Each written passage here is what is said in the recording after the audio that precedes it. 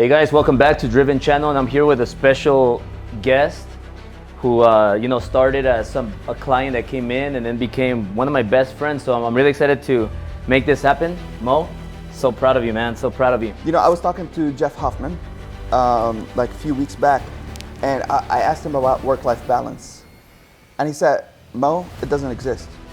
And he told me something that just stuck with me, and he said, "Obsession is a privilege. Not everyone gets obsessed. But if you are obsessed about a good cause, not about like addictions and women and stuff like that, but if you are obsessed about a good cause, that you want to shift industries, you want to change behaviors, trends, that's a privilege. Not everyone has it." When I met you, you drove a minivan. You didn't have a watch. I think you had an Apple Watch.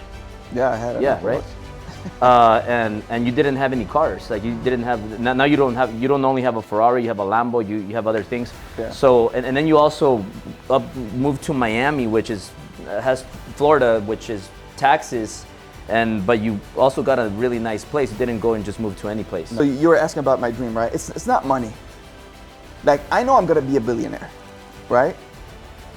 Not a billionaire, a multi-billionaire. I know that.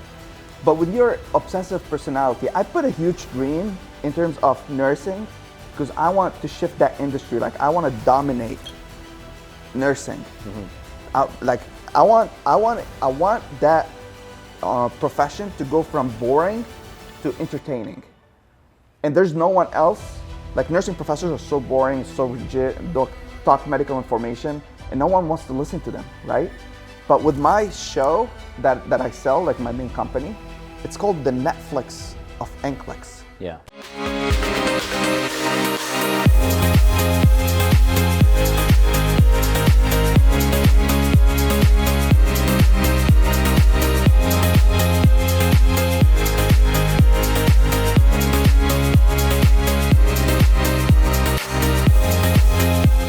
Hey guys, welcome back to Driven Channel, and I'm here with a special guest who started as a client that came in and then became one of my best friends. So I'm really excited to make this happen. Mo, so proud of you, man. So proud of you. Thanks, Albert. So first thing, Mo, I just want to jump right into it.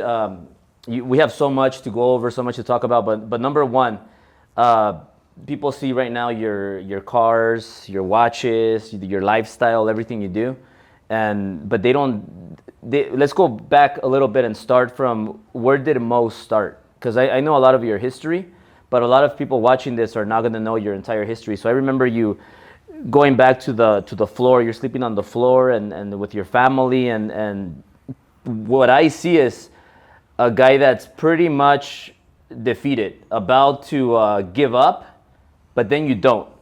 But put, in your own words, what was happening back then, and what happened later? Yeah. Thank you for this opportunity, man. That a lot of people want to get on podcasts, but you have to earn your spot to get on a podcast. But yeah, a little bit about my story. So I'm Lebanese, came to the country 4 years ago. A lot of people find me on the internet nowadays, and they're like they think I come from a wealthy family and this and that, but they don't know the backstory, right? So I came to the country 4 years ago as a nurse. When I was back home, I was like living on the floor. Unfurnished apartment. I was depressed, devastated, and I like a million times in my head almost quit on my American dream. But that's can you curse on your podcast? Yeah, fuck it. So it's like that bitch voice in your head. Just be yourself. Yeah. Because I'm real. That's why we like the Andy Frisella. Yeah. Just all out, real Alphaslice, and just be yourself. Don't worry about anything. Because English is not my first language, and sometimes if I want to express, I like curse to express. Yeah. But anyway, so back home, that bitch voice in your head wants you to quit and just be a mediocre, just like everyone else. And like, dude, even my mom was like, dude, like get a mortgage, settle down, like knock off that American dream bullshit, and just get a consistent job as a nurse. Get a mortgage and just settle down. Like, you've got a couple kids. Like, what the fuck are you doing? Still dreaming and dreaming and dreaming.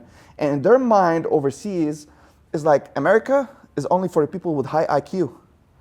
And I'm like, dude, no, I'm not stopping. But that debate in your head, you want to give up every single day. Yeah. But then there's that thing that in the background, stop, motherfucker.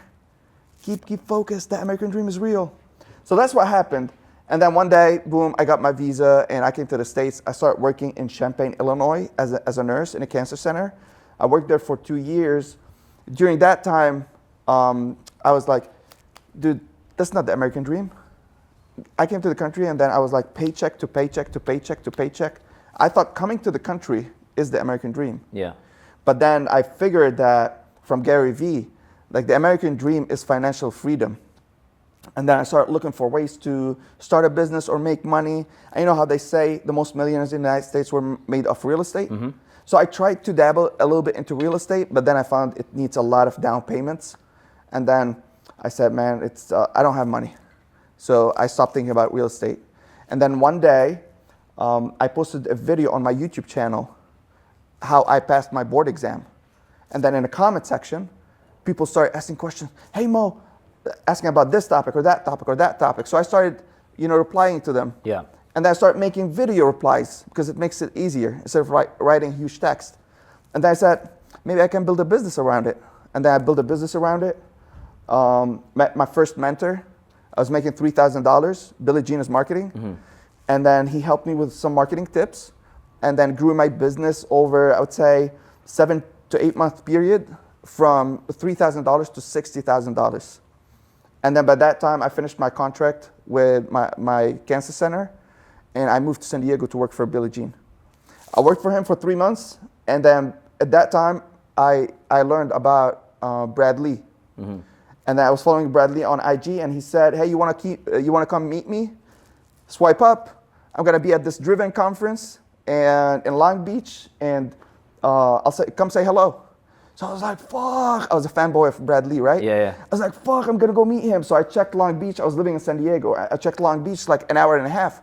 Boom, bought 2 tickets. That was 2 days before Driven 3, 2019. So I bought 2 tickets, general tickets, all the way in the back. And then I went there. First day, I met Brad Lee, 9 a.m. Shook his hand. I said, hey, I want to move to Lightspeed and this and that. And, he hooked me up. I said, you're just here for me? I said, yeah. I said, cool. Just my presentation is the first one. So watch it and go home. Everything else is not worth it. Like, it's not for you. I said, cool. I watched his presentation. It was cool. And then he was getting off stage. You came on stage and you start talking. You put your video. I'm a little Mexican, got the Ferrari, got this. Used to go with my dad to Beverly Hills. And dude, there's some reason I was just hooked by your story. All the way in the back, it was me and my brother-in-law, and we were sitting there. And I got, like, it's a flip of switch. Yeah. And I started listening to you, and I spent the whole 2 days over there. And I remember one thing you said when you were on stage. You said, all you motherfuckers in the back, some of you are trolling all the speakers and you're saying, this is bullshit. There's no way a Mexican in 6-7 years can get to where I am today. There's no way this and that. And there are some of you who are saying, what the fuck am I doing over there? Yeah. I should be a CEO. Dude, that was me and my brother-in-law. My brother-in-law was shitting on every speaker on stage. A female speaker, a male speaker, like he was roasting everyone. And I was like just sitting there and I was like, dude, what the fuck am I doing here? I need to be a CEO. But a year later, not only I was a CEO, I was speaker in Driven 4, which is mind-blowing. But after that, I went to Steph and I was like, Steph, hook me up. I want to get closer to, whatever you are doing. I saw the red Ferraris. I took pictures over there. Literally, I have a picture where I put, I was in front of Ferrari and I did this. In my head, I was thinking, I'm that close to get a Ferrari. But dude, it was my subconscious talking. I had no intentions to get a Ferrari, but it was my subconscious talking that, dude, you can't have this life. Yeah. And then I went to Steph and I was like, Steph, what does he sell? Because I'm big on courses. Like I buy courses left and right. And I milk them and I apply the knowledge. And she said, like, real estate, mortgages, and I didn't know the difference between mortgages and real estate. Like, to me, everything is the same, right? And then she said, oh, he has coaching. I'm like, all right, hook me up. She said, no, Albert doesn't work like that. I don't want your money. I said, what do you mean? She said, we have high performers meeting in the 10,000 Beverly Hills. Yeah. Come, see it. If you like it, then you can pay for coaching. I was like, fuck yeah. So, at that time I had a minivan, right? Yeah. So I rolled with my minivan to the 10,000, and I didn't know that the 10,000 is a valet. Yeah. So once I went in, I was like, I saw like Lamborghinis, Ferraris, Rolls Royces, and I'm rolling in a minivan. I'm like, dude, I want to back up, but I'm already blocked with another car. And I said, okay, fuck it, man. No one saw me but that valet, right? So I parked, gave my keys to the valet, and the valet was looking at me and like, what the fuck are you doing here? You know, you don't belong. Mm-hmm. But anyway, you know, I went in. You know, you guys were downstairs in the back. Yeah. And I saw all your crew. You know, all the high performers are so inspired, man. The way you guys dress, you know, the suits, the jewelry, like the hair at some point, everyone is shaved. I was like, this is my circle. This is where I need to be. Yeah. And I heard you talk, and I'm not sure if you remember, but when I went to you, like everyone was standing in line to talk to you. So, and then I stood in line, and when it was my turn to talk to you, you know when you get in a fight, sometimes if you get in a street fight, yeah, your knees start like shaking a little bit. Yeah. So that's what I felt, man. I was like coming to talk to you, and like my knees start shaking a little bit, and then you said, I think I know you. You're the nurse that worked for Billie Jean and this and that, mm-hmm. and I'm happy to start working with you and whatever. And you know, I paid the money for Steph, and she said, how soon do you want the meeting? I said, tomorrow, but it was a weekend. Yeah. So you saw me on Monday, and she squeezed me in because I was so persistent. By the way, I went to the Sunset Plaza. You know, like your coaching services are freaking amazing because you make someone, like you can make anybody feel like a billionaire. And that's how I feel I was treated. And by the way, I'm not paying Alphaslice to say all this, but Dude, I wanted to go back a little bit and backtrack, but I want to just keep it going, and then I'll go back. But let's finish it off with the coaching part. Dude, if you're there or you're not there, in my inner circles, dude, I say the same story because I always try to speak my truth. By the way, I rolled there with a minivan, and you guys were treating me, your team was treating me like $1 million, like $1 billion. Yeah. So I went there, and you gave me coaching. At first, you know, we took the personality test, and we were sitting there. It was supposed to be 1 hour. We ended up having like 3.5 hours of your time, and you're sitting and brainstorming with me. And a lot of people think that I'm in a different industry, right? But it doesn't matter. The frameworks are the same for any business. So you just taught me frameworks, and you gave me like 15 steps that I need to change with my business, right? To me, if you know anything about me, dude, the speed of execution is unmatchable. Like, no one can execute faster than me. Mm-hmm. So you gave me like 15 items, and some people think that, hey, what did Albert tell you? Get a Ferrari? Is that what it is? Dude, like that was one item, mm-hmm. right? But what you taught me, you know, I'm not gonna go into details with everything, but of course, you told me to get a Ferrari. A lot of people don't pull the trigger on a Ferrari. But that's one of the most precious things that I learned from you is courage. Like, dude, if you have certainty that you have value to offer, if you have certainty that you are winning and you can win, dude, put all your money on your business and go all in. So, I mean, I already had money to pay for the Ferrari, like for 2 Ferraris in cash, right? But of course, I leased a Ferrari because one of the things that you taught me is taxes and how to take advantage of taxes. And I'm looking so forward for this Driven 5. Yeah. Because like taxes is a huge topic. Mm-hmm. And the more money you start making, the more you need to be aware of taxes and all the loopholes and you know how to invest your money. But yeah, man, so you gave me 15 items. One of them is like, go get a Ferrari. And a lot of people would think about it for a month and month and month, right? And I was like, dude, not the next day, but the day after. It took me 2 days to go to the dealership and get a Ferrari. And I got the Ferrari. You didn't tell me how to use it, but of course, I watched you. And that's just saying with Gary Vee, he says, don't listen to me, or don't listen to me, but watch what I do. Something like that, along those lines. Like, if I'm doing this, just go ahead and do it. Like, practice the same things. And you say, like, use your Ferrari as your prostitute. Yeah. Dude, that's what I did. I used the Ferrari in every ad I have on Facebook, in every ad I have on YouTube, every picture on my social media and my stories. I started putting it everywhere, and the engagement went through the roof. Right? Of course, there are other 15 items that you told me to. And what I like about you is you were not just coaching me business, but you were asking me questions about me, like intimate questions. Yeah. Like you, relationship with your wife, with your family, who lives in your house. Remember, I told you about my brother-in-law, Yeah. and my sister was living with me, my mom, and then you stopped me. You stopped and you said, you know, when you start talking about your brother-in-law and your sister, because like you're very observant, you said like your body language just sunk in, like your shoulders went down. You were so sad. I didn't notice it because that's my daily thing. Yeah. And you said, kick your brother-in-law out of the house. Just kick him out. Kick him out and see how productivity and positivity will go through the roof. Yeah. And dude, that's what I did, dude. Kicked him out of the house. So that's one of the items. Those are hard decisions that you need to make in your personal life. But the brother's not watching. Fuck him, man.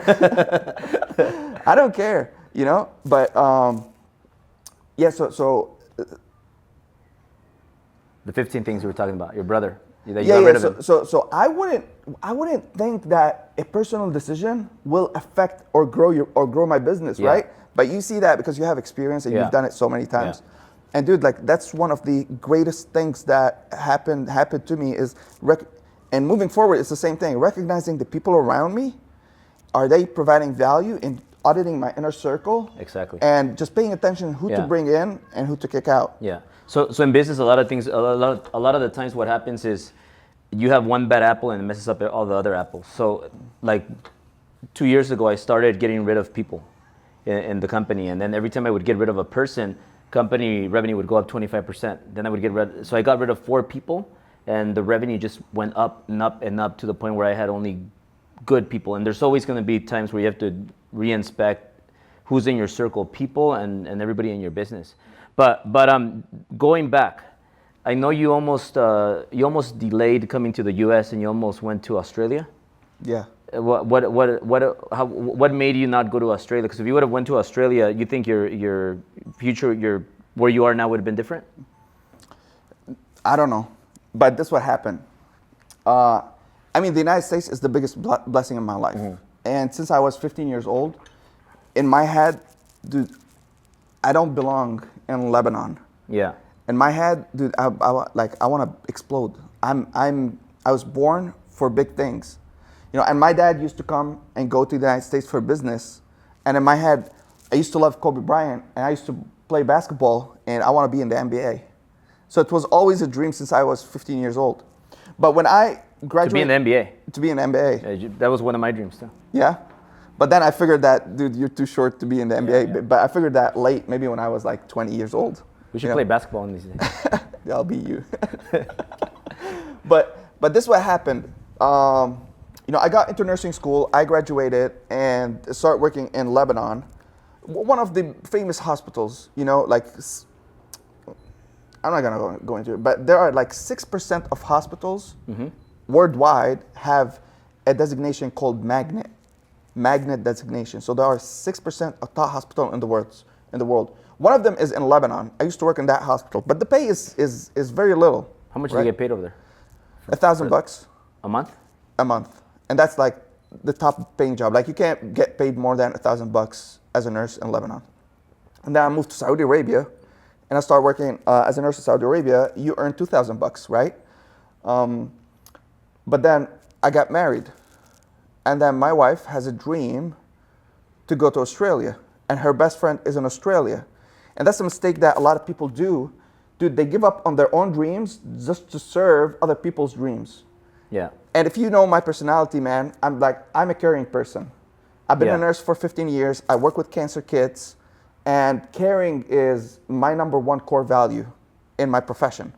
So I always care for others. And I used to take that core value and apply it to my personal life. So I care for my wife. I care for my friends. I want to make sure that they are okay and they're getting to their happy state before myself, right? And that's what I did for 3 years. I was like just serving my wife's happiness and working on her dream to go to the United States, to go to Australia. Yeah. And after 3 years, I was like, dude, fuck that shit, because it's taking a lot of time. So I picked up my bags and came to the United States on a visit visa. I said, okay, I'll figure it out. I'm gonna do my license exam, and I'm gonna do my English test, and then I'll go to a lawyer and say I want to switch my visa from visitor to like a residency, right? I didn't know any better. But that's what I did. I came to the States. Once I came to the States, I got approved over there to go to Australia. And I said, fuck it, I'm not going. You know? So I worked on I used to work in a gas station in Dearborn, Michigan. So I work in a gas station. I'm studying for my test. And I passed my license exam for nursing. Then I passed my English test. And then I went to a lawyer and I said, all right, I've got those. I've done research. I want to flip my visa. And the guy was like, Mo, it doesn't work like that. I said, dude, I've got money. So we were three, me, my wife, and one of my sons. And I said, dude, it doesn't matter. I've got money, $15,000 per person, $45,000. I'll pay you right now. I said, dude, money does not talk in the United States. There's actually systems, governments, you know, immigration, stuff like that. So when he said it will not happen, I consulted a second opinion, and he said the same thing. I got depressed right away. And then he said, you can't stay in a country illegal, but that will jeopardize your long-term goal of being a citizen. Or you can go back home and work on, you know, your immigration. Yeah. And that's what I did. But I was depressed in a split of a second. I went into depression. Went back home, and that's the story, like when I was living on the floor for 2 years until I got approved and came back. But you know, after I came back, like the rest was history. And speaking of your wife, Amani, I know your relationship it seems it's very similar to us. But me and you both put out a lot of content on social media, and it kind of seems like our life is perfect. Like my life isn't perfect. I'm not the best perfect husband or best perfect father. Sometimes I'm not. Sometimes I have to give up time with my family to be growing the business. Yeah. And I know with your wife, was this your first experience getting married? And also, what made you keep this relationship and grow it with your daughter, with your sons? Like, what made this one work really good, where your whole family was they enrolled in your vision and they're still here supporting you, even though sometimes you got to travel and you got to do a lot of things? Yeah. So, I mean, it has been a while since we had a coaching session, but a lot of things has changed since our last coaching session. But yeah, man, like I had a first marriage when I was back home, right? I was married to this chick. She was also a nurse. She was my colleague at nursing school. And we got married, you know, we love each other and whatever, and we had the same dream. But when it got serious that I want to travel, move to Saudi Arabia, not even to the States, but to move to Saudi Arabia, because you have to take it by steps, right? Yeah. And then she was like, I don't want to travel. I want to stay by my parents. And like, she changed the whole vision. I was like, all right, bye-bye. We got divorced. It was one decision. Like, you're not going to support me. We got divorced. And then I met my current wife, Amani. We've been married for 10 years. We've got 5 kids. But again, people think that, you know, they talk about work-life balance, which to me, it doesn't exist. They talk about, like they see you on social media and they think like you're the perfect couple, power couples, and like they want to be like you and whatever. But like, dude, like I can't compare myself to you, right? Like when my wife comes to me and she says, oh, look at Sil, they take vacations, they go here, they go there. I'm like, you can't compare me to Albert. Dude, Albert has been busting his ass for like 10 years. Working to you know the level that he's at right now. Like now he has employees, he has companies, like he can do whatever the fuck he wants to do, right? Now I'm still in the building stage. I've been in business for 3 years, and I have like a huge vision. Huge, like I'm all about global domination. I'm not at like how much money I want to make. I already passed that. You know, when I got into business, all I wanted is to pay my bills. But when I was making $30,000, $40,000, now I'm already paying my bills, right? I'm not thinking about how more money I want to make. Now, when I met you, I was making $60,000, right? But what you opened my eyes to like think bigger, have a bigger vision, a wider vision. And that's when things shifted. Now, my goals are not money. Now, people look at me and they see me, I make $500,000 a month, right? 80% profit margins. And they're like, dude, you've got the life.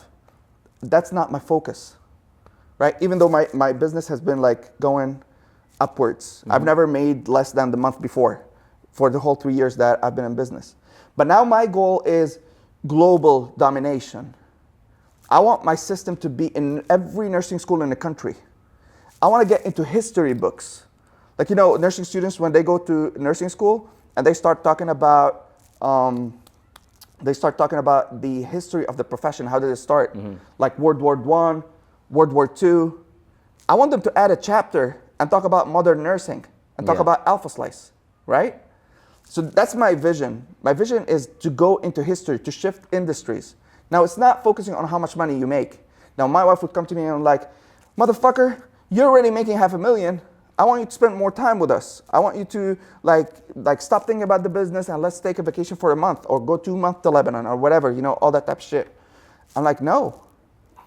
Because I want to get from A to B the fastest way possible. I'm not slowing down, you know? So again, like my wife, for example, I've been in California for 7 days. She's not picking up my phone. I'm calling her, she's not picking up my phone because she's so upset with me, right? But you know, after every period, like after we break through a level, she's like, you know what? I'm glad that you didn't give up and you kept pushing through. Yeah. And you kept tolerating my nagging and my, you know, all the distraction that I'm doing. I'm glad that you're winning and you're setting an example for everyone. And I know, like, it's the same, man. What do you think is what drives you to be away from your family for that long and to take those risks? Because I know when I leave my family, like first day is really hard because I miss my daughter, especially Italia, because I'm closer to her. But then I start missing like my other one and Sil. But what drives you to leave for 7 days or sometimes more? Yeah, dude, it's obsession. You know, I was talking to Jeff Hoffman like a few weeks back, and I asked him about work-life balance. And he said, Mo, it doesn't exist. And he told me something that just stuck with me. And he said, obsession is a privilege.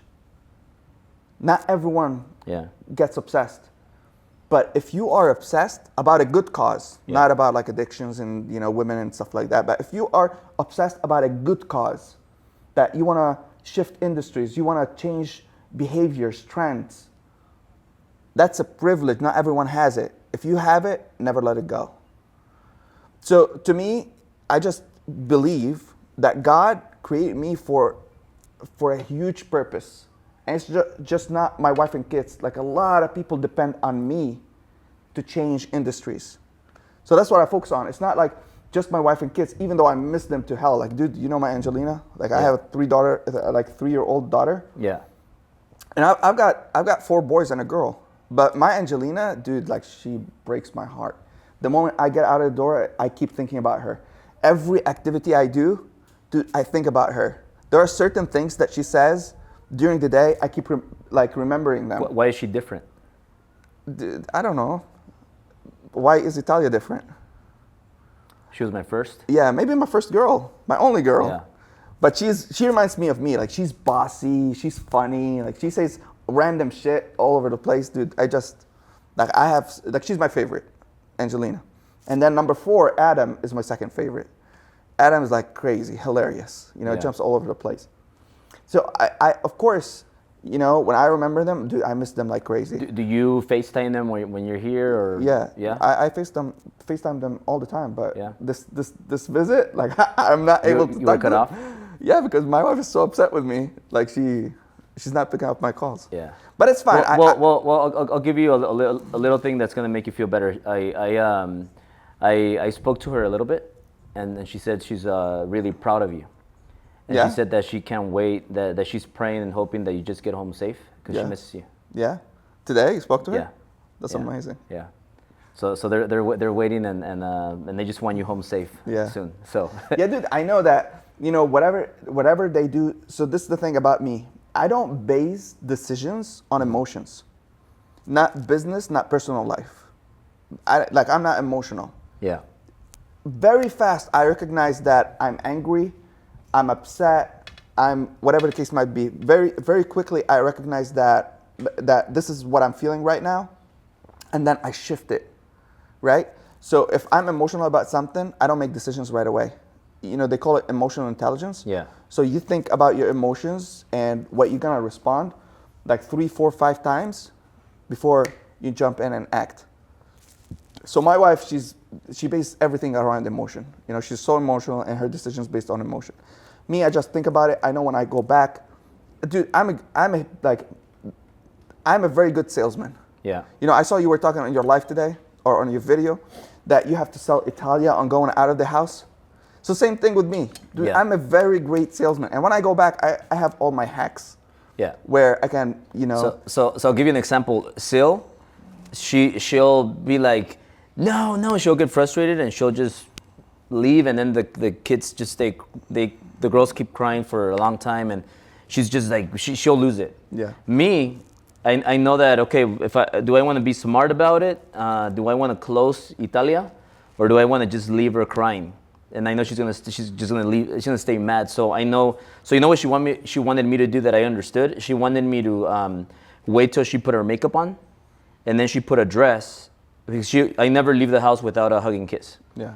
So I understood it. If I help her put her makeup on and put her dress, then I could leave fast and she'll be happy. Yeah. So I helped her put the dress on and put the makeup. And she gave me a hug and kiss, and I was out. Yeah. But most people, they don't get the stuff you have to do to close somebody easily. So it's like 95% of everything is just making the person happy and saying yes and everything, and then the close is really easy. So I figured when you get home, you kind of know what to do to make everybody happy again. I know step by step what are things I'm gonna do, not just to my wife but to my kids, because you know it's been like 7 days that I didn't talk to them. Yeah. So I want to make up to them. Yeah. So I already have activities scheduled that we're gonna go to, like monster truck event. We're gonna go to the beach. I have things. I even like bought them very rare Pokemon cards from Japan. They're gonna freaking love them. You know, and then they will forgive me for those 7 days. You Nice. know, same thing with my wife. You just, as you said, like you have to figure out their pain point. It's just like business. Yeah. Figure out their pain point, you know, resolve it and close them. Yeah. And that's what I do. And then we'll touch that in a bit about, because what I see that you're amazing at, and I want to learn things from you too. So I'm here, I'm learning. Like I'm taking notes in my head, and they're gonna be in the video. But what the thing that you are so good at that nobody, I don't think anybody's that good, and I know you learned a lot of those things from Billie Jean, are the way you make your videos. Yeah. That your videos pretty much, when somebody watches your video, they'll buy. Yeah. And because of the way you put it together, which we'll get into. But before that, what's your dream, Mo? Like what because making $500,000 a month is not typical for most people. Yeah. So like where do you go from here? Do you have a dream that you want to reach, and once you reach that, or are you going to create another dream, or what's that? Yeah, dude, so that's the beauty about having an obsessive personality, right? I started investing in watches, and like I started a company, watch trading company. I started investing in watches, and that's some of the smart things that you need to think about to save on taxes. Like, okay, if you buy $1 million in watches, then you've got to pay, for example, like $400,000 in taxes. But if you open a company, watch trading company, and do a few deals, then you pay 0 in taxes. Like a lot of people don't understand that concept. Now I have 3 companies, 2 of them just for tax purposes, right? And my main company is just generating money. So you were asking about my dream, right? It's not money. Like, I know I'm gonna be a billionaire, right? Not a billionaire, a multi-billionaire. I know that. But with your obsessive personality, I put a huge dream in terms of nursing, because I want to shift that industry. Like, I want to dominate nursing. I want that profession to go from boring to entertaining. And there's no one else. Like, nursing professors are so boring, so rigid, and talk medical information, and no one wants to listen to them, right? But with my show that I sell, like my main company, it's called the Netflix of NCLEX. Yeah. NCLEX is the test I teach, and Netflix, you know, it's like a Netflix show. It's like episodes, episode 1, 2, 3, 4, 5, you know, a whole season. And now we're creating season 2. So it's so entertaining, like a Netflix show. They start with episode 1 and they binge watch 5-6 episodes, and then they call me and like, Mo, what the fuck, this is amazing. Yeah. So that's what I brought into the industry, which is entertainment plus the knowledge plus the success of my students. So after I'm done with nursing, and that's when you get obsessive about something, I know I'm gonna start something else with another industry. Yeah. But my thing is, just like Jeff Hoffman, there's no business that he's gonna get into that does not involve algorithms, right? He has Priceline.com, Booking.com, Ubid.com. For example, Jeff Bezos, his main thing is delivery, right? Amazon, Yeah. delivery. Whole Food, delivery, right? Your thing is like real estate, events, influencing, marketing, attention. So there's no business that you're gonna get into that does not involve that type of thing, Yeah. because that's your power, right? To me, I don't think I'll get into any business if it's not online and it's not in the teaching space, because I'm so good at it. Yeah. I take something complex, I make it simple. I take something boring, I make it entertaining. And then you were rated #1 nurse in the world, right? Dude, I'm arguably the wealthiest nurse in the country. But yes, I mean, I know what you're talking about. Who told you about that? Yeah. Who told you about that? I got a few connections. Yeah, dude. That was back in 2013. Yeah. So I'm a pediatric oncology nurse. I work with cancer kids, and I was selected as the International Nurse of the Year in 2013. Mm-hmm. And people don't understand how big that is. It's like every year they select one nurse out of this whole universe. Like there's one nurse is selected to get that award. And 2013, I got that award. Dude, it was amazing. That was my first visit to the United States. Yeah. I got sponsored. I came here. They gave me the award. I talked in front of like 4,000 people. It was mind blowing. And on the way back, I was like, dude, this is where I belong. This is where I belong. I was crying on the way out of here. And my first visit was in Louisville, Kentucky. That was my first visit. And I went to the museum, Muhammad Ali Museum, and dude, it was an amazing trip. And Mo, so people watching this, I always talk about that one vehicle and focusing on that one vehicle, and you have done that to perfection. Well, let me tell you what I mean by that. For me, my vehicle was mortgages. That's how I became a millionaire, mortgages. But I didn't start doing other things until I had a real business that was making me money every month like that. Then that's when I said, okay, let me start other flows of income, other businesses, other small businesses, because I tried starting 3 or 4 things at once, and it didn't work out. So your vehicle is obvious. It was nursing. Yes. You became a nurse. You started with that. You weren't making a lot of money. You quit your job, your 8 to 5 or whatever the times were, and then once you started making those 60 grand a month, that's when you started then opening more things. Now you have the watch thing. When I met you, you drove a minivan. You didn't have a watch. I think you had an Apple Watch. Yeah, I had an Apple Watch.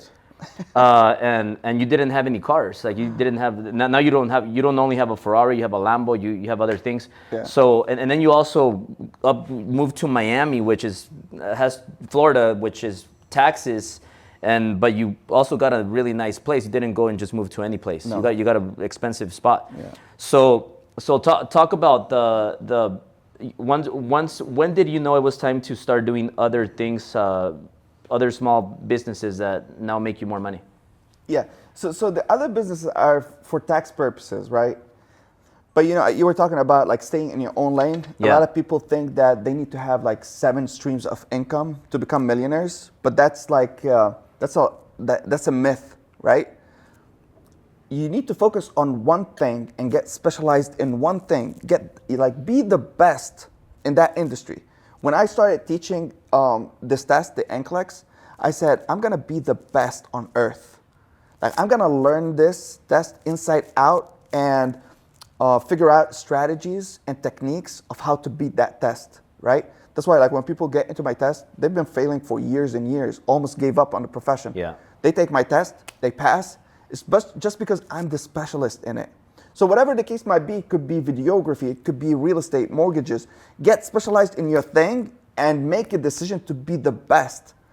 And once you become a millionaire, that's the time when you diversify and you start, starting other companies or other businesses. That's when people talk about 7 streams of income. But no millionaire became a millionaire of 7 streams of income. It's always one income, and then they diversify. So when I was working as a nurse in a cancer center, I was making $60,000 when I finished my contract. Now I could have resigned my job way earlier. Maybe when I was making $30,000, I would have resigned. But I didn't because I'm in a contract. They brought me into the country, so I can't jeopardize that, because if they put me under something called breach of contract, that might jeopardize my long-term goal of being a citizen. So that's why sometimes you need to think about decisions, not make emotional decisions. Think about decisions for the long term.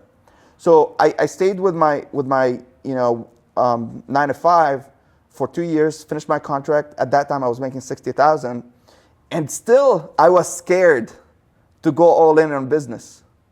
So I went and worked for Billie Jean. I moved to San Diego, worked for Billie Jean because I was one of his top students, and I wanted to work hand in hand with an entrepreneur, right? So I started working for him. But Billy, he never comes to the office. He comes in the morning and then he bounces, and he has 26 employees. I thought those are going to be those are entrepreneurs, but no, man, he's the only entrepreneur, and everyone else is just an employee, right? So I found myself locked in a cubicle, and then I met you, and one of the 15 items was, Mo, go quit your job. He said, go quit your job with Billy. Yeah. Dude, that's you need to focus on you. And you told me something. You said, Billy will not be upset with you because you're an entrepreneur, he's an entrepreneur, and he understands that you need to level up and start focusing on your business. And literally when I went and asked for a meeting with him and went into his office and I said, hey, Billy, I want to quit. And he said, motherfucker, it's about time. I was waiting for you to mature up. And then I told him the story that I met you and you told me to quit and this. I said, yeah, man, I gave you the job because you were very persistent. I know that the transition from 9 to 5 into just business is huge for you because you're not from this country. So I gave you an opportunity to work. And you made me shitload of money because I made a shitload of money. Yeah. He said, you were so good, you made me shitload of money, but I was waiting for you to mature into that entrepreneur. Yeah. And once you told me to quit, and I quit, and he was supportive, and he said, dude, we're friends. Anytime you have any marketing questions, whatever you want, my help, I'm there for you. Yeah. Since then, dude, we're best friends. Yeah. Right? But then I went all in on business, and you helped me grow it from 60,000 to 90,000 in one coaching session. And then from 90 to 100, I was stuck at 100 for a couple of months. Then you told me, hey, come to the business boot camp. And then we went to the business boot camp. You put me on stage for 5 minutes, gave me a lot of power, met a lot of key people, and then started growing the business. And I went from 110 to in your birthday bash in Vegas. Yeah. I was making 170. Yeah, I remember. And you also brought me on stage, right? Yeah. And I talked. You flow a lot of power to me. You know what that does to me? It's dude, I don't want to let you down. Yeah. And this is just a breaking point, 170. But I just want to make you proud, even though we're the same age. But to me, it's like Albert is on a pedestal, right? Mm. And I just never want him to think that, oh, Mo, that's all he can do, 170 grand a month. Right, so I always keep trying to push boundaries. Yeah, and I'm always asking you, hey, do you have any deposits? How's it going? And you're always telling me, yeah, oh yeah, look, it's increasing. But Mo, a lot of people, what they don't understand, and you got it right, is most people think, oh, I'll just go work for Billie Jean, or I'll just go work for Albert, I'll just go work for Mo, and magically I'm gonna become successful and I'm gonna become a millionaire. And they don't realize that we're so busy that the time is gonna be limited. Yeah. With us. With the powerful people, they have to earn it. So what you did is you earned Billie Jean's respect. Yeah. And now you guys are friends. And you introduced me to Billie Jean, and we're friends. Yeah. And you've noticed how I've created a lot of friends, but I always just go there and I get the information, and I don't want to meet him or talk to them again. Like Bobby Castro, I'm going to be with him in a couple of weeks over there in Florida, so I'll hit you up when I'm there. But when I come back, I need to be way stronger, and I have to show them that I executed. So every time we meet, you execute. You just go back and you execute, and then you come back and you tell me look at what I did. Yeah. What do you do to always make sure that you execute? So this is the thing. This is an exercise I tell people when they ask me about motivation, right? Yeah. Because and I'll say all that this, a lot of people they'll meet you or they'll see you speak on stage, and then they learn the stuff you're saying, but they don't do it. They don't execute. Yeah. So like, talk about execution. Yeah, so I'll tell you how execution starts. Like every morning, how I start my execution, right? But this is an exercise that I do every morning. When I wake up in the morning, I just told Jesus that in the parking lot. Yeah. I was like, dude, every morning when I wake up, like I'm sleeping right there, and I wake up and I put a smile on my face. And if you're next to me and you're like, motherfucker, why are you laughing? You just woke up. You had a good dream. I'm like, no, man, I just woke up. This is how I wake up. Dude, a lot of people snooze that phone, right? Yeah. Now when I became an entrepreneur and it's my own, like I put my own schedule, I don't put alarms in the morning. I just wake up. Mm-hmm. So whenever I wake up, I wake up. Yeah. But dude, people don't understand that I stay up late to like 2 a.m., 3 a.m., right? And I wake up by 8 or 8:30. Whatever my kids allow me to sleep, right? But I don't ever put an alarm. But when I wake up, put a smile on my face, I never snooze. I never go back to sleep. It's just, dude, I'm ready to work. And people say, like, why is that? How? And I'm like, I open my eyes and God is right there. And he's looking at me. He's waiting for me to wake up, right? Because he created this whole universe for me. He didn't create it for Albert. He didn't create it for Steph. He created it for me. And people say, dude, like you're hallucinating. Like, you're so obsessed. Like, that's stupid. I'm like, yeah, man. He created this whole thing for me. And that's what I think, like in my religion, there's a preset lifetime for you. Yeah. Right? So for example, you're going to live 70 years. You won't live 69. You won't live 71. You're going to die by 70. But I don't know that number. Yeah. So I choose it to be 100 years. Right? Yeah. Because I don't have control on it. I choose it to be 100 years. Now the same thing, I choose my net worth. Because everyone, God already wrote for them a net worth. Wrote them a number. All right, Albert is going to make 50 million. That's your net worth, 50 million. Zeus, 30 million. Me, I don't know. But what do I choose? I choose 20 billion. So I choose, I'm going to live 100 years, and God wrote a $20 billion net worth. So when I wake up in the morning and open my eyes and God is looking at me, I put a smile on my face and I'm like, all right, because what is he saying? He's like, wake up, motherfucker. I wrote 20 billion for you. Get your ass to work. So wake up, put a smile on my face. All right, I'm going up. And then I get up and start working. Yeah. So that's the thing. If God created this whole universe for me and wrote 20 billion for me, how can I not execute if you have faith in God and if you believe, right? Yeah. Now, that's what I tell people, like, you should think the same way. God created this whole universe for you. You should think the same way. God created this whole universe for you. You should think the same way. God created this whole universe for you. So you should wake up with that mentality that you are created for a huge purpose. Yeah. You should start executing.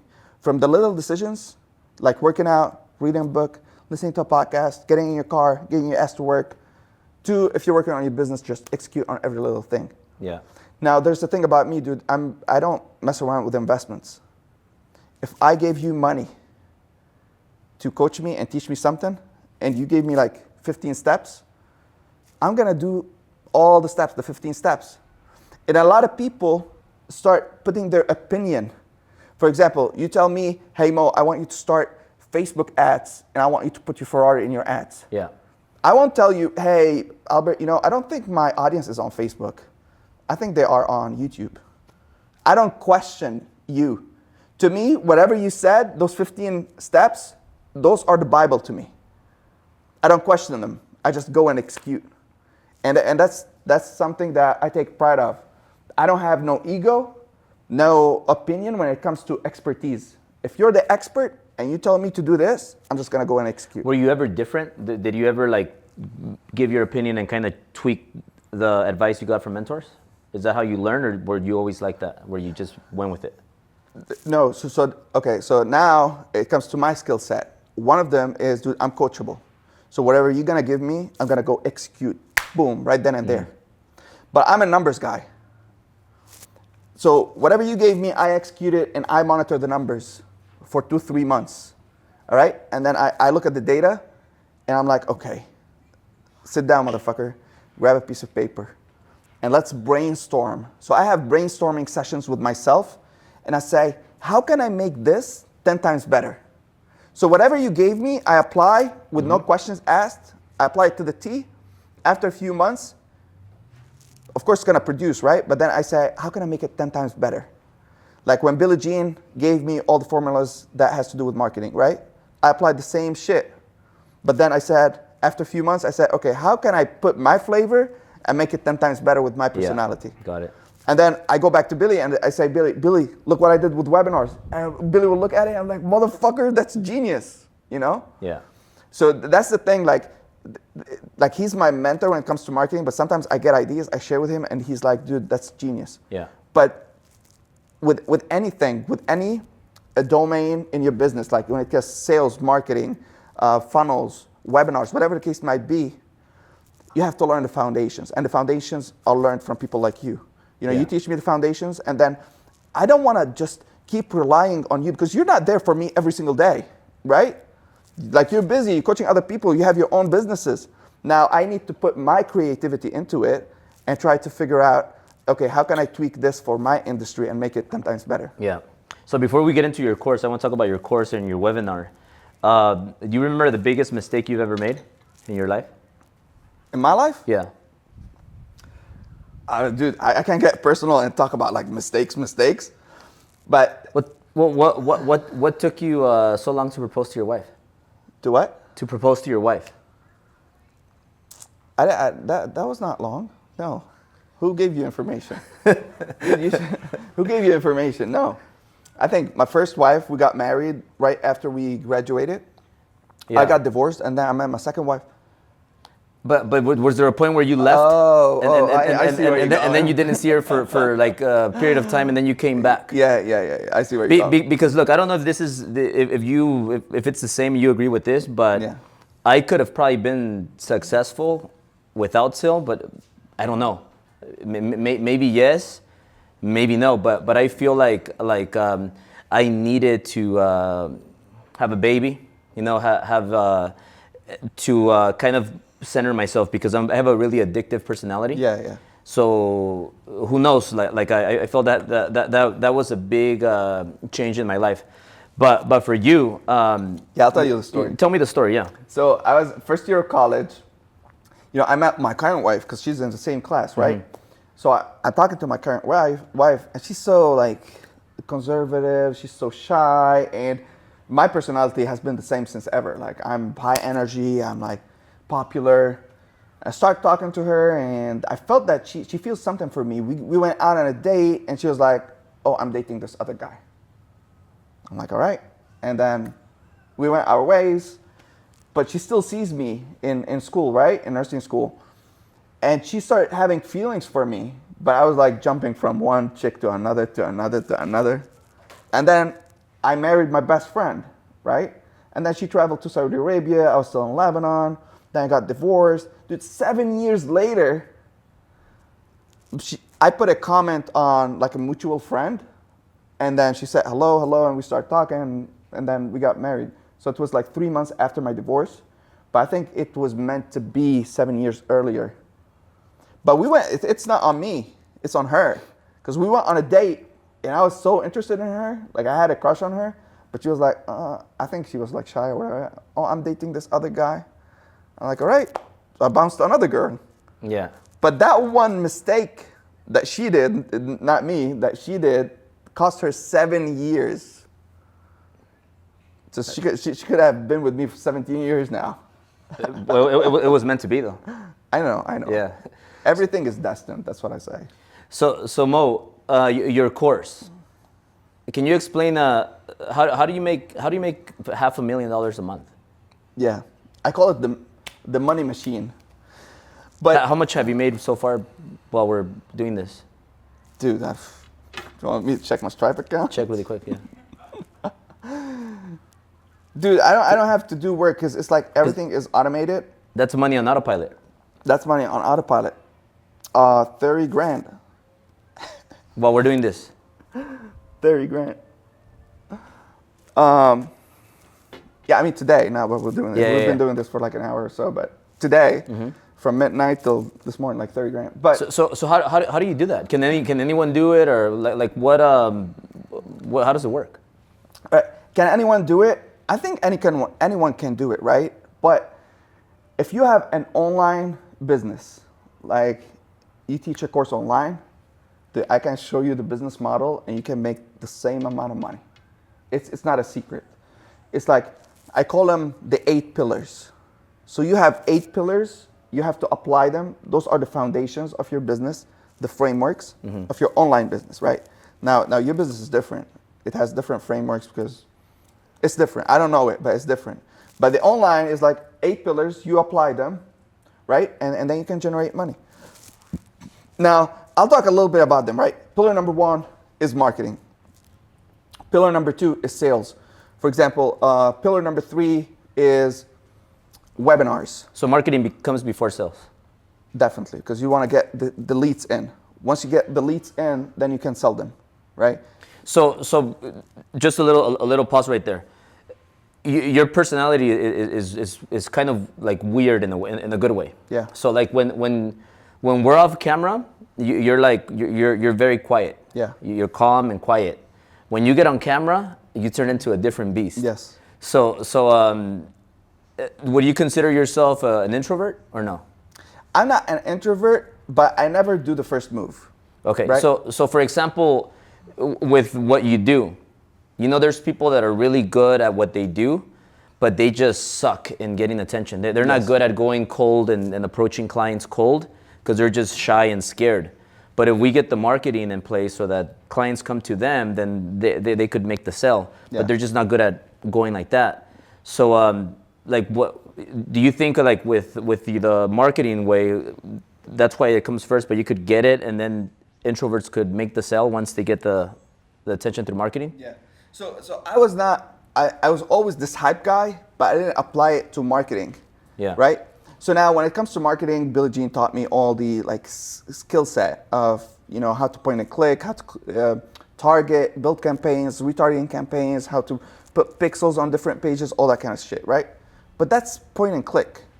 Anyone can do it. Now the psychology behind the marketing, a lot of it, Billie Jean taught it to me, but what you taught me is how to get that beast out of me once you turn the camera on, right? Because you don't give a fuck.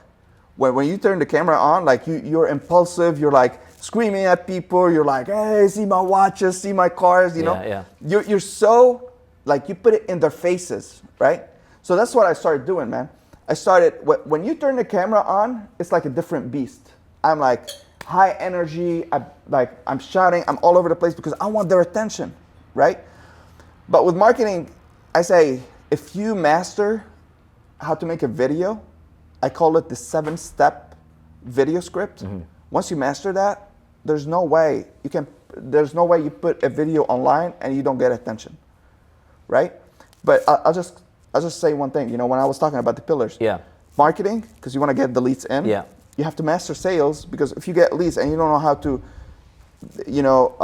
know their pain points, how to overcome those pain points, how to close them, then you can't make money. So marketing, sales, webinars, and then you've got pillar number 4, which is courses. So to build courses. Now it's 8 pillars, right?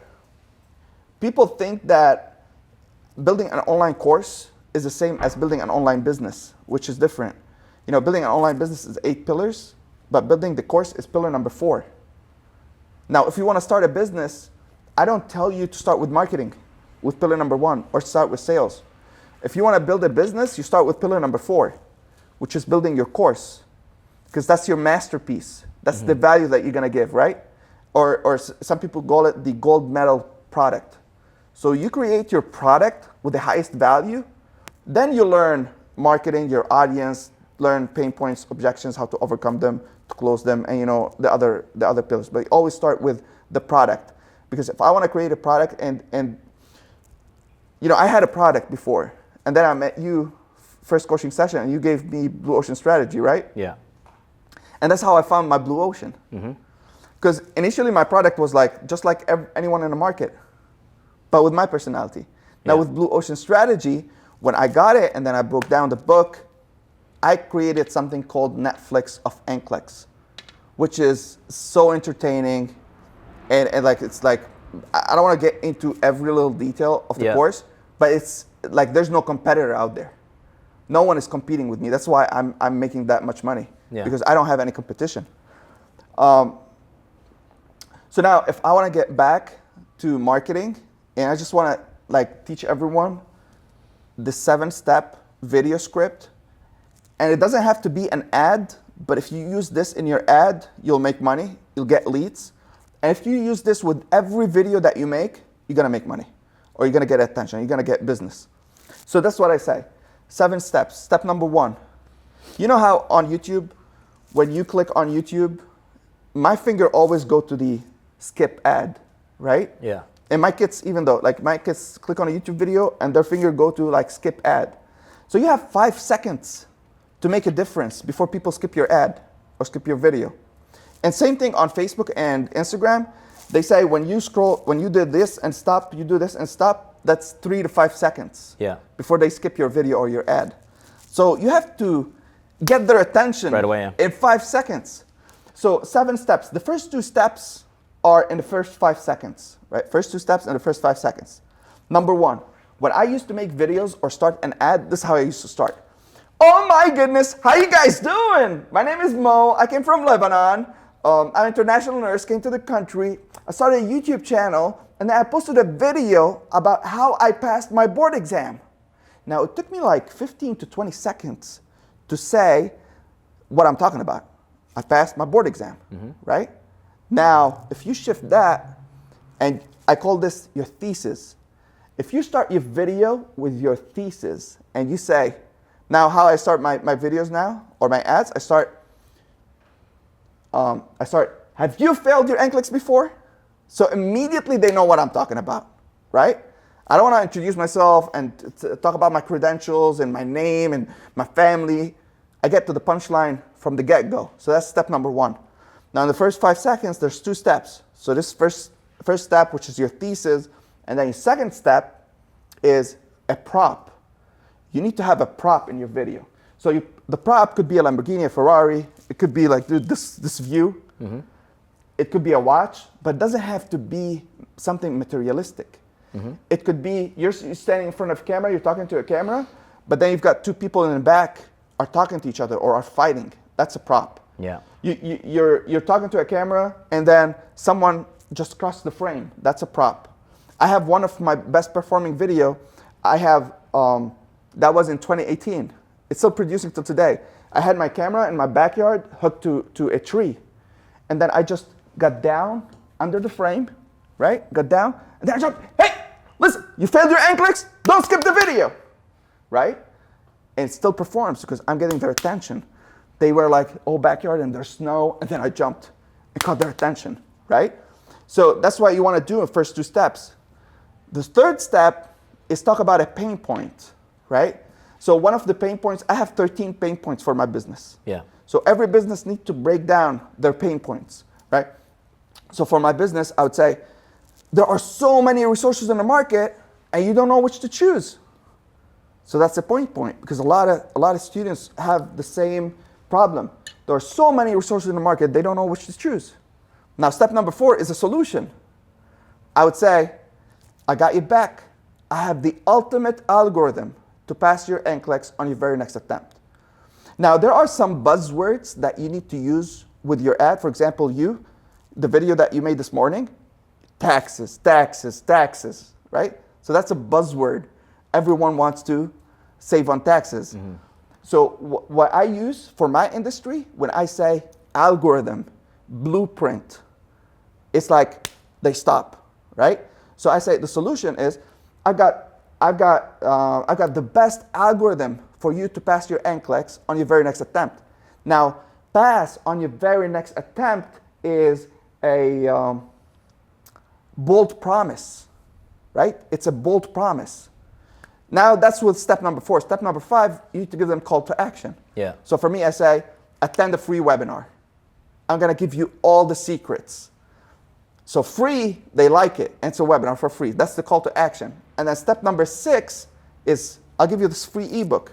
I say, if you attend, I'm going to give you this free ebook. And in the ebook, it should be tempting, right? For example, in the housing industry, real estate, you can say, the 10 steps you should avoid buying your first house, right? Yeah. For me, I say, for example, like the 10 things you need to do on the day of your test. I'm going to give you those 10 steps. Yeah. Right? All you have to do is attend the free webinar. And step number 7 is urgency. So say, I'm only doing this for 3 days. And then after 3 days, you're not going to see my ad, right? Don't miss this opportunity. So put urgency. Not in every video I put urgency to it, because then you're like just bluffing. Yeah, you can't tell people that we have 10 more spots for like 2 months. Yeah. But every now and then, and I know you do it all the time, but every now and then you should put urgency, because urgency works. Okay? Yeah. You would think that it's repetitive for you, but them, they only see your ad once. And you put your urgency and it works. They click on the ad, they attend the webinar. Now the webinar that I have, that's my money machine making, right? Because it's 4 hours. Is that, what do you say, 80% of your income? All my the webinar? Dude, I have like 10 to 12 campaigns running all the time on Facebook, Instagram, and YouTube, right? But then all those leads that are coming in, they go to the webinar. Yeah. And once they go to the webinar, it's a fake live, automated, 24/7, day and night. It keeps working. So they get in, they watch the webinar. Now I've got 15% who convert on the webinar. 50? No, 15. 15%. 15% convert on the webinar. 15 to 20. And how many people do you have on the webinar most of the time, more or less? I'd say 30. Yeah. 30 and then those campaigns, 15 campaigns that you have running, are those like 4-minute clips that you do that they're all different? Oh yeah, dude. 2 minutes or less. 2 minutes or less. But all follow the seven step. Okay. Now when they go to the webinar, only 15% convert on the webinar. Yeah. But what happens to the rest? What happens to the rest of the people who attended? They go into an email funnel. It's a 30-day email funnel, and every day they are going to receive an email for 30 days. And then I've got 70% who convert on the email. Yeah. So 50 on the webinar, 70 on the email. Yeah. And that's how I make my money. So for example, your webinar, you sell your lifestyle, your success, and then you're gonna teach them how to pass their exam, right? Yeah. The NCLEX exam. Yeah. So there is a blueprint for the webinar, but it's all, the whole webinar is just psychology, talking about their pain points, overcoming the pain points, and selling them on the dream. But during this whole thing, I also talk about my story. And of course, you need to show signs of success, right? Mm-hmm. You need to show your Ferrari, your Lamborghini, your watches, but in a subtle way. And then at the same time, you want to show them the results. You want to show them that there are other students who had the same story, took the course, and passed. And I have around 3,000 plus testimony videos on my social media. Yeah. So I have a lot of proof that this will work for you as well. So this is getting. I know you're going to be at Driven. So I want you to share a few of your tips at Driven 5. Are you cool with that? Of course, man. So to finalize this, I don't want to give them too much stuff right here, but so you teach them how to get their license, and you show them the dream. So like I already have businesses that are running. So I just came up with. I have an idea. Maybe you can miss your flight today, and I'll fly you back. But what if I create a 4-hour webinar on how to get your mortgage license? Because mortgage industry is what made me a millionaire the first time, right? So what if I teach them how to pass the mortgage, to get their mortgage license, and then sell the dream?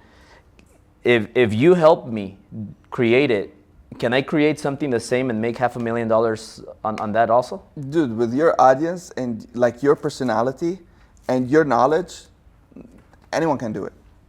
But you definitely can do it. Yeah. Dude, that's and then it's, because it's automated. And then I'm also helping people become licensed in mortgage. Yeah. So then I hire those people, and then they go with, so you just gave me a good idea. I think we're gonna do that. So Amani, if you're watching this, I might keep him for one extra day, but that's on me. But yeah, Alphaslice.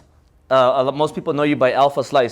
So before we end this, any last minute things that you want to give to everybody that's watching you, or something that like maybe I'll ask you this: what is your goal to finish this year? Like do you have a special goal that you want to reach by the end of the year?